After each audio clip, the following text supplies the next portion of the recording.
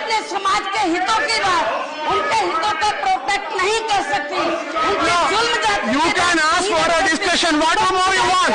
पे रहने का अधिकार नहीं है नेटिव। मैं हाउस का इस्तीफा दे रही हूँ। मैंने अपनी पार्टी के उसूल और सिद्धांतों को हमेशा सर्वोच्च रखा है, हमेशा प्राथमिकता दिया है। मैंने कुर्सी से कभी मोह नहीं रखा है। और आप लोगों को मालूम है उसके बाद कितनी दुख तकलीफें मुझे उठानी पड़ी। बहुत कुछ प्रचार किया बहुजन समाज को गुमराह करने के लिए, लेकिन मैं उत्तर प्रदेश के ही नहीं बल्कि पूरे देश के बहुजन समाज के लोगों का मैं थैंक्स अदा करती हूँ कि आप लोग विरोधी पार्टियों के बहकावे में नहीं आए।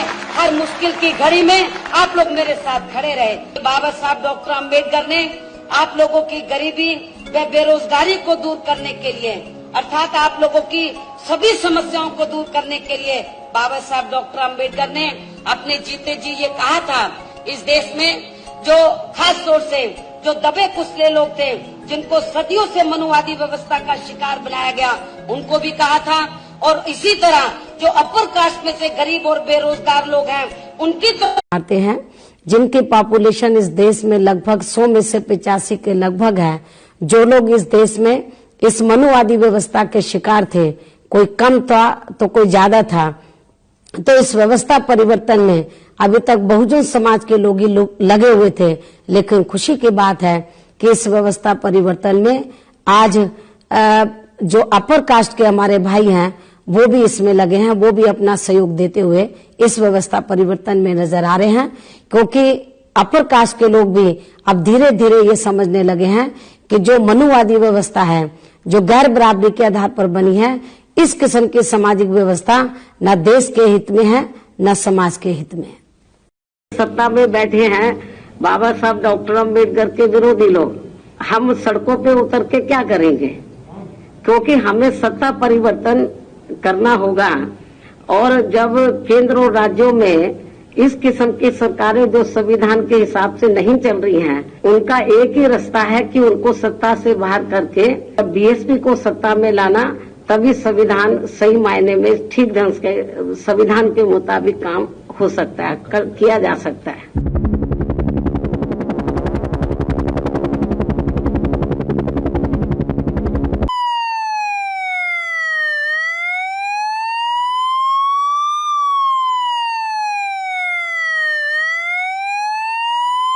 बहुजन समाज पार्टी जिंदाबाद।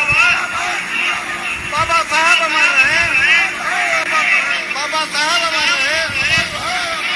कहना चाहूंगी कि हमारी पार्टी ये चुनाव आपके कर्नाटक स्टेट की अधिकांश विधानसभा की सीटों पर अकेले अपने बलबूते पर ही पूरी तैयारी व दमदारी के साथ ये चुनाव लड़ रही है।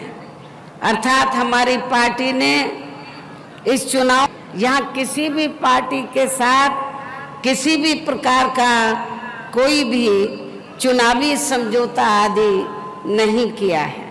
इतना ही नहीं बल्कि हमने बीएसपी से जुड़ने की तादाद को ध्यान में रखकर ही फिर उसी अनुपात में ही यहाँ सर्व समाज के लोगों को टिकट भी दिए हैं। लेकिन अब मैं इस चुनाव में आप लोगों का ध्यान अपनी पार्टी बीएसपी को कामयाब बनाने के लिए कुछ जरूरी बातों की तरफ दिलाना चाहती हूँ।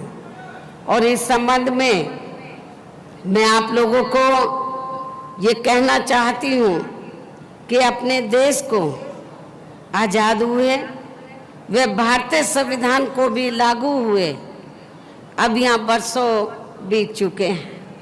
और इस लंबी अवधि में केंद्र में आपके कर्नाटक स्टेट में भी यहाँ विभिन्न विरोधी पार्टियों की सरकारें रही हैं।